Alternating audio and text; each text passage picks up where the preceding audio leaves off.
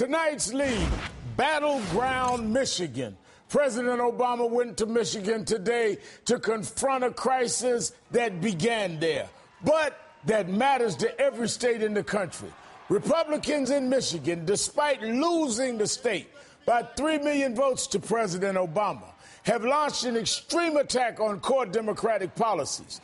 They are now pushing a far-right agenda to go take down union rights and women's rights. We've seen this in Wisconsin and Ohio and Virginia.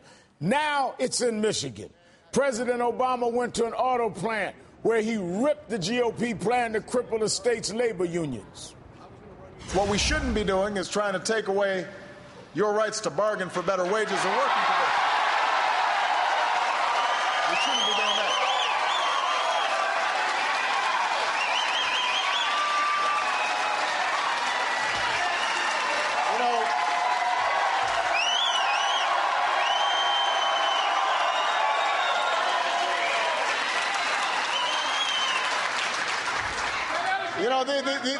These so-called right-to-work laws, they don't have to do with economics. They have everything to do with politics. What they're really talking about is giving you the right to work for less money. You only have to look to Michigan, where workers were instrumental in reviving the auto industry, to see how unions have helped build not just a stronger middle class, but a stronger America. The president's right. It's not about economics. It is about politics. The state's Republican governor, Rick Snyder, says he'll sign the right to work bill into law, even though he opposed this kind of anti-union push earlier this year. Right to work is an issue that's a very divisive issue. People feel very strongly about it. So right to work is an issue that may have its time and place, but I don't believe it's appropriate in Michigan during 2012. How do you go from divisive and not appropriate to sure I'll sign it? Just give me a pen. Snyder has simply misled voters in Michigan, waiting until after the election to make this move. This weekend, the Detroit Free Press, a paper that endorsed Snyder 2 years ago, ran an editorial blasting his, quote, failure of leadership, saying he betrayed voters and calling him dishonest and grotesquely disingenuous. What's going on here? Who's behind all this? Turns out it's some familiar faces. The Koch brothers are up to their old tricks. These billionaire conservatives are helping to fuel the anti-union drive in Michigan, the same way they did in Wisconsin for Governor Scott Walker.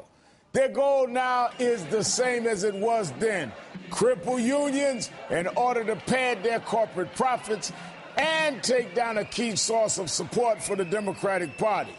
In this election, conservative groups dominated outside spending.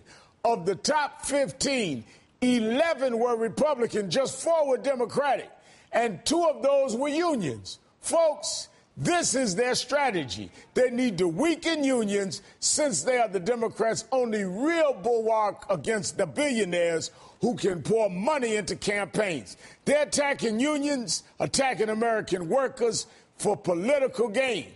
It's cynical, it's reprehensible, and it has to stop. Joining me now is Democratic leader in the Michigan State Senate, Gretchen Whitmer, and former Labor Secretary Robert Reich, now an economics professor at the University of California. His latest book is called Beyond Outrage. Thank you both for joining me tonight. Thanks, Al. Senator Whitmer, there will be final votes and a big protest on this plan tomorrow. What's going to happen?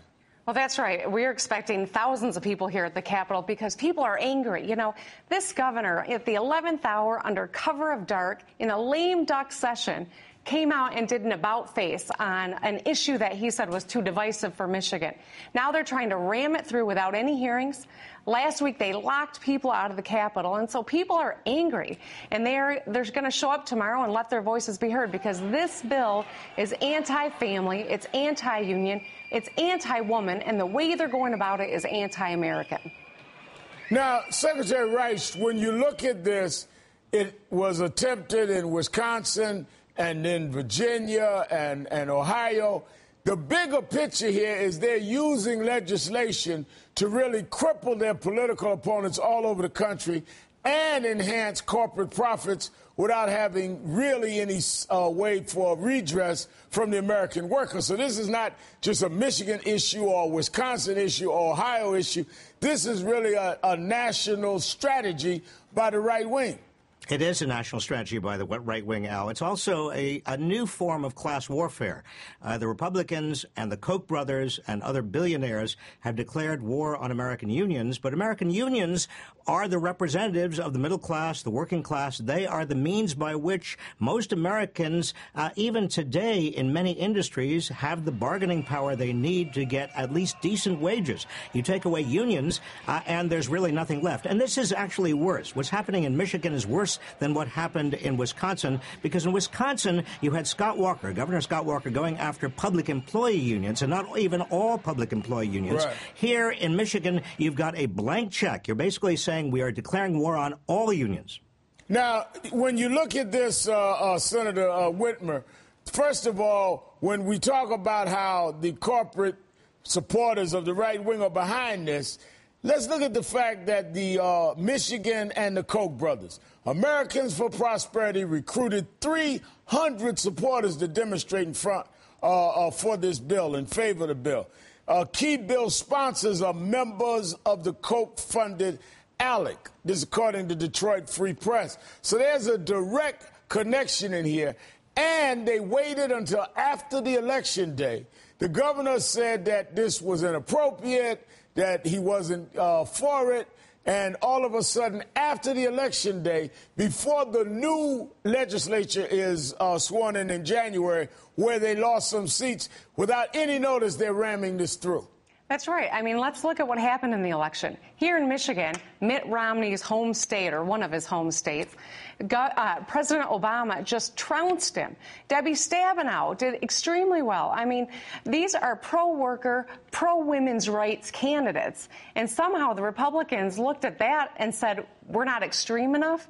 I mean, we're all scratching our heads. How on earth do they come back here to Lansing and say that we haven't driven an agenda that's anti-woman and anti-worker enough? I mean, I'm scratching my head the same as you are. We're wondering how on earth that they can draw that conclusion. We rejected the anti-woman agenda of the Republicans in this last election, and here they go again. Now, when you look at the question of women, the headlines showing Michigan's Republicans also trying to pass anti-choice, anti-women bills in this lame duck session, Secretary Reich. So we have them going at the Democratic Party, going at labor unions, who've been the main resources for them, going at people's, the middle class, as you said, who need unions to protect their livelihood. And while we're at it, let's take a shot at women's rights.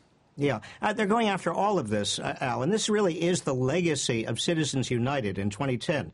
Because you see, all of this money, what the Supreme Court did, and it did it knowing full well what would happen. And it's not just at the federal level. It is more insidious at the state level, at the local level. That's where a lot of these right-wing groups are actually making the most headway with the money that's coming from the Koch brothers and Sheldon Adelson and others that is anti-union, anti-women, anti-gay, and what they are doing is trying to use at the local and state levels their kind of very virulent politics against average working people, against women, against minorities, and this is really under the radar screen of most of the media, because most of the media are focusing on Washington and on the budget deficit and on the fiscal cliff negotiations, but this is where the rubber meets the road. This is where it's actually happening at the state level, at the local level. This is where all of that money that was released into the political system by Citizens United is actually now paying off.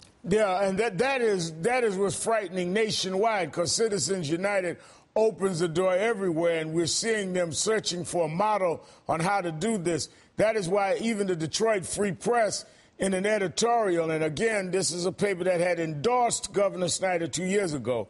It says the real motive of Michigan's right to work champions the determination to emasculate once and for all the Democratic Party's most reliable source of financial and organizational support. Now, Senator, let me say this to you. If they can get away with it in Michigan, Michigan has 671,000 union members, 17.5% of the workforce, fifth highest in the nation. If they can get away with it in Michigan, they feel they can just steamroll all over the country. Well, I think everyone should be worried about what happens in Michigan tomorrow and in the coming months. You know, I mean, they're talking about unions.